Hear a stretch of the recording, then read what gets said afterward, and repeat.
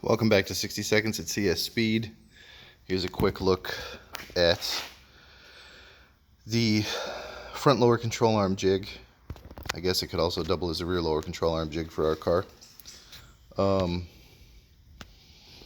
Jig plate, pretty much half-inch thick jig plate.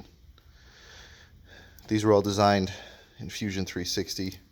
They're actually 3D printed. We're going to test that out and see how that pans out by not putting too much heat into them. Cup holders, spacers, it all pretty much throws everything together to make our control arm the way it's going to be, which we will be having probably either a full length or a compressed length or a sped up video on that whole process, so you can see what's going on there. So stay tuned for that.